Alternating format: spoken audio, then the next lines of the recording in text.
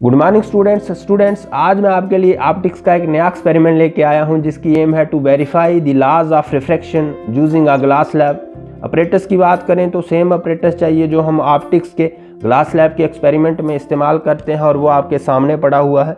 बढ़ते हैं प्रोसीजर की ओर। प्रोसीजर में हमें सबसे पहले वाइट पेपर को ड्राइंग पिन्स के साथ ड्राइंग बोर्ड पे अच्छे से फिक्स करना है ताकि उसमें कोई करीज ना रह जाए। दूसरे स्टेप में हमें ग्लास लैब लेनी है और उसकी एक शार्प पेंसिल के साथ बड़े ही ध्यान से बाउंड्री ड्रा करनी है।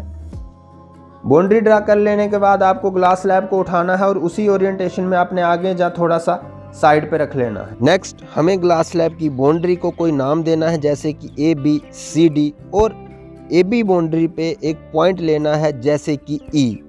इस पॉइंट E पे हमें एक नॉर्मल ड्रा करना है से N डैश। प्रोसीजर आपको आता है। अब इस नॉर्मल के साथ पॉइंट E पे एक रे की मदद से 30 से 60 डिग्री के बीच का एंगल ड्रा करेंगे और ऑप्टिक्स में इस रे को हम इंसिडेंट रे ऑफ लाइट कहते हैं। पिछले स्टेप में हमने जो एंगल ड्रा किया वो एंगल हुआ इंसिडेंट रे ऑफ लाइट और नॉर्मल के बीच। इसे हम I के साथ डिनोट करते हैं और ऑप्टिक्स में इसे हम एंगल ऑफ इंसिडेंट्स कहते हैं। इसी एंगल ऑफ इंसिडेंट की हमें मेजरमेंट भी लेनी है क्योंकि ऑब्जर्वेशन में हमें इसकी ज़रूरत पड़ेगी। प्रोटेक्टर के साथ किस तरह से एंगल की मेजरमेंट लेते हैं आई होप कि आपको आता है। तो आप देख रहे हैं हमारे इस एंगल की मेजरमेंट आ रही है 32 डिग्री। बच्चों अपने नेक्स्ट स्टेप में हमें इंसिडेंट रे ऑफ लाइट पे वर्टिकली बिल्कुल सीधी सीधी दो पिन्स फिक्स करनी है जिन्हें हम नाम दे सकते हैं पिन P और Q। ऐसा करने के बाद आपने सेम ओरिएंटेशन में ग्लास लैब को उठाना है और उसे वापस बाउंड्री के बीच में रख देना है। बच्चों अब आपको बड़े ही ध्यान से ग्लास लैब के CD फेस की तरफ से ग्लास लैब के बीच में से देखना है तो आपको पिन्स P और Q की दो साफ साफ रिफ्लेक्टेड इमेजेस दिखेंगी। आपको अपने आप को उस तरफ लेके जाना है जिस तरफ जाने से आपको ये दोनों रिफ्लेक्टेड इमेजेस एक में सम्मिलित होती नजर आए। यह वो पोजीशन है जहां से दोनों रिफ्लेक्टेड इमेजेस एक में सम्मिलित हुई नजर आ रही हैं। आपको यहीं पर रुकना है। अगर रिफ्लेक्टेड इमेजेस स्टेडी दिख रही हो तो आप पिन्स को सीधा कर सकते हो। अपने नेक्स्ट स्टेप में हमें दो और पिन्स लेनी है और उसी पोजीशन से ग्लास लैब के थ्रू देखते हुए जिस पोजीशन से रिफ्लेक्टेड इमेजेस एक ही लाइन पे दिख रही थी उसी सेम लाइन पे ये दोनों पिन्स हमें बड़े ही ध्यान से वर्टिकली बिल्कुल सीधी फिक्स करनी है ताकि दोनों रिफ्लेक्टेड इमेजेस के बेसिस और जो हम दोनों पिन्स अभी फिक्स कर रहे हैं उनके बेसिस सेम स्ट्रेट लाइन पे फॉल करें। अगर पिन स्टेडी हैं तो आप सीधी कर सकते हैं।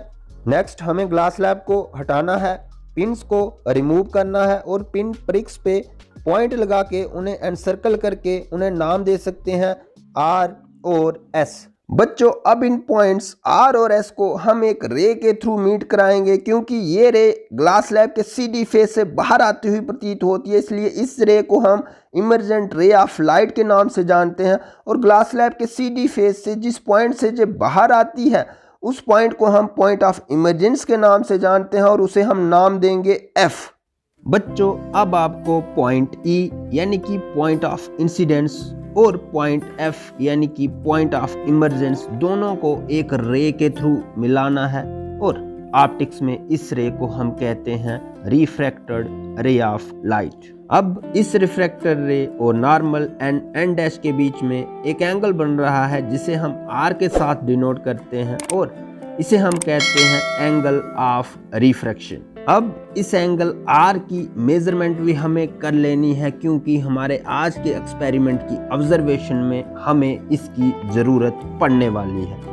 प्रोटेक्टर के साथ एंगल R की मेजरमेंट जब आप करते हो तो आप देख सकते हो हमारे एंगल R की मेजरमेंट आ रही है 20 डिग्री। बच्चों ये था हमारा एक्सपेरिमेंटल पोर्शन। अब अगर हम ऑब्जर्वेशंस की ओर बढ़ें तो हमें आज के एक्सपेरिमेंट में एक दी गई ग्लास लैब का रिफ्रैक्टिव इंडेक्स निकालना है जिसका फार्मूला है μ sin I divided by sin R। हमारी पहली ऑब्जर्वेशन में I की वैल्यू है 32 डिग्री और R है 20 डिग्री, तो इसलिए μ sin 32 degree divided by sin 20 degree. अब अगर हम sin 32 और sin 20 डिग्री की वैल्यूज़ लिखें तो म्यू आ जाएगा 0.52 डिवाइडेड बाय 0.34। जब आप इसे डिवाइड करते हो तो म्यू की वैल्यू आ रही है 1.52, जिसे हम अप्रॉक्सीमेटली 1.5 के करीब मान सकते हैं। बच्चों, सेम प्रोसीजर को फॉलो करते हुए आपने इस एक्सपेरिमेंट को लेबॉरेटरी में परफॉर्म करना है और कम से कम 2 या 2 से ज़्यादा ऑब्जर्वेशन लेनी है। इसलिए मैं आपके साथ दूसरी ऑब्जर्वेशन भी